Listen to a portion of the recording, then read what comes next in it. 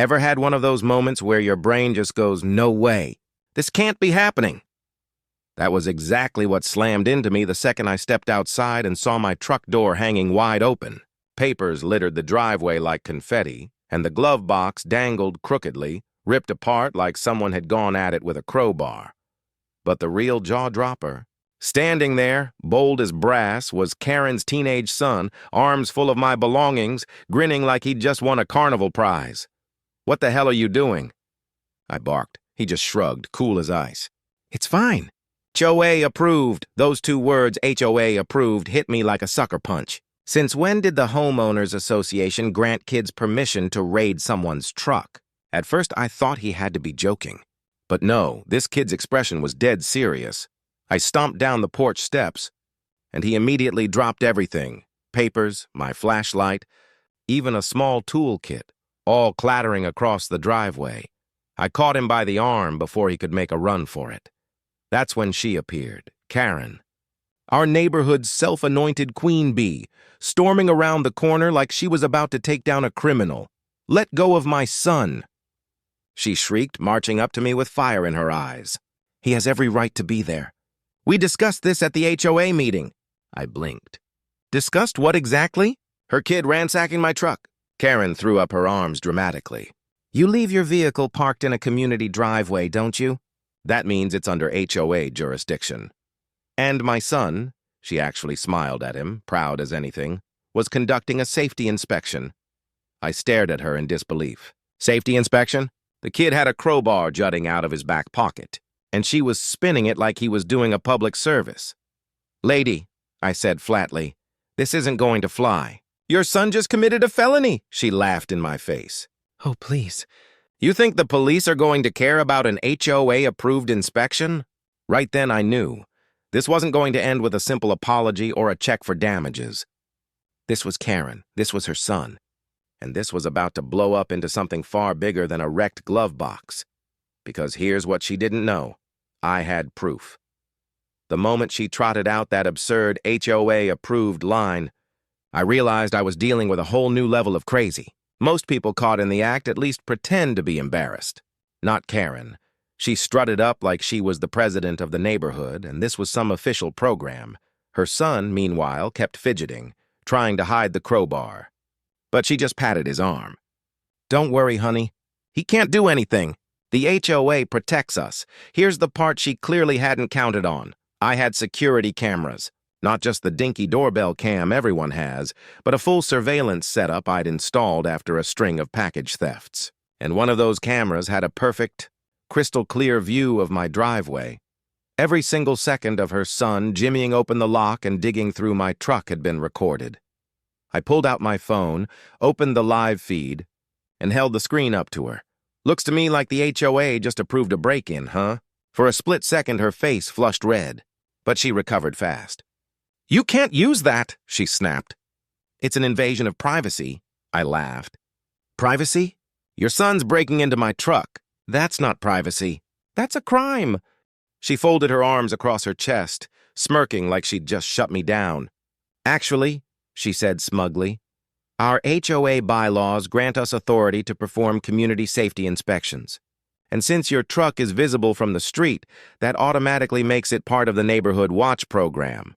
The mental gymnastics it took to twist that sentence should have earned her an Olympic gold medal. But I wasn't about to waste my breath arguing technicalities with a woman who lived and breathed entitlement.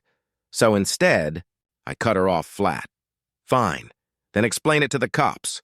That wiped the smirk clean off her face. She tried laughing it off. "Oh, don't be ridiculous. You're not actually calling them."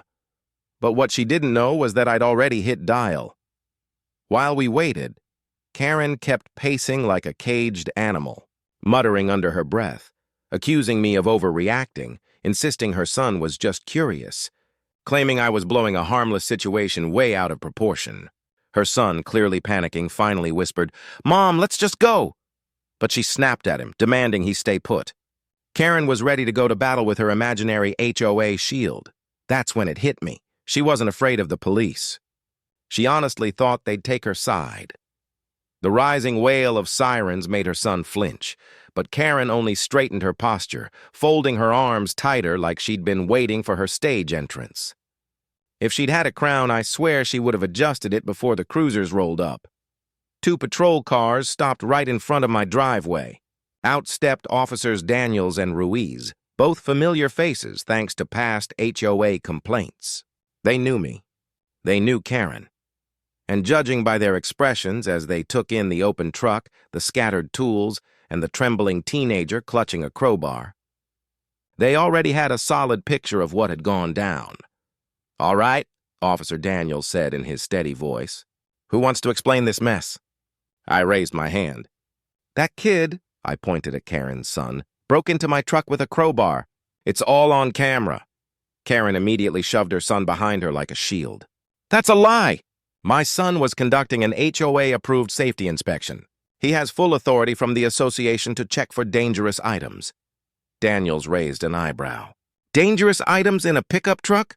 "Yes," Karen snapped, as if the officer should be thanking her. "You'd be shocked at how many people store unsafe equipment. My son was performing his civic duty." Officer Ruiz shot me a look, trying not to laugh.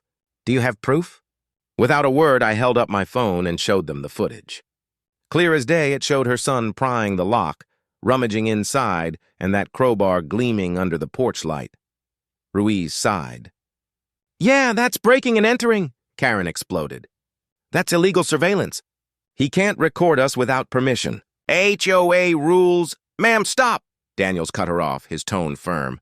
"Security cameras on private property are legal, and this footage gives us probable cause for an arrest." Her son finally cracked, his voice shaking. "Mom, I told you this was a bad idea." Karen spun on him like a snake. "Don't you dare turn on me. I said it was fine." The officers exchanged a knowing look. Ruiz pulled out his cuffs. Karen shrieked. "You can't do this. He's a minor." "Yes, ma'am," Daniels said calmly. "Which means he'll be facing juvenile charges unless this isn't the first time." Karen's face drained of color. And that's when it hit me. This wasn't the first time. Before Karen could even muster another excuse, her son blurted out, terrified, "Mom, they're going to find out anyway." The silence after that felt heavier than the sirens. Daniels tilted his head. "Find out what?" Karen tried to shut him up, but her son spilled everything. Turns out these inspections weren't new. Karen had been sending him all over the neighborhood for weeks, poking into garages, sheds, even people's cars. She had convinced him it was part of their HOA safety patrol. But in truth, she was snooping. And more than once, he'd stolen things. Tools, phone chargers, even a neighbor's wallet. My jaw hit the floor. This wasn't just a dumb teenager being reckless. This was a whole operation, and Karen was the ringleader. Officer Ruiz asked flatly, "Ma'am, is this true?" Karen threw up her hands. "Oh, please. These are just childish mistakes. You can't hold that against him. The HOA will back us up." But Daniels shook his head. "Ma'am, we don't answer to HOAs. We answer to the law. And the law says your son has committed multiple counts of breaking and entering, burglary, and theft." Her son broke down crying, realizing what felonies meant. Karen tried to shield him, pulling him into her arms, but Ruiz gently stepped in, cuffing him. "He's coming with us. Juvenile court will take it from here," Ruiz said. Karen's voice cracked into a scream. "This is harassment. You're just siding with him because he's loud." She jabbed her finger toward me, eyes wild. Daniel's voice dropped low, stern enough to stop her cold. "Enough. You've endangered your son by encouraging this behavior. Interfere again, and you'll be facing charges too." And just like that, it was over. They cuffed her son, read him his rights, and guided him into the back of the patrol car. Karen stood frozen in my driveway, trembling with rage but utterly powerless. For once, her self-proclaimed HOA crown meant nothing. As the taillights disappeared into the night, I finally let out a breath I hadn't realized I was holding. The neighborhood had tolerated Karen for years, her phony rules, her complaints, her constant power trips. But now she'd pushed too far, and thanks to her own arrogance, her kid was facing charges that no HOA excuse in the world could erase. Sometimes entitlement collapses under its own weight. And that night I watched Karen's entire empire crumble.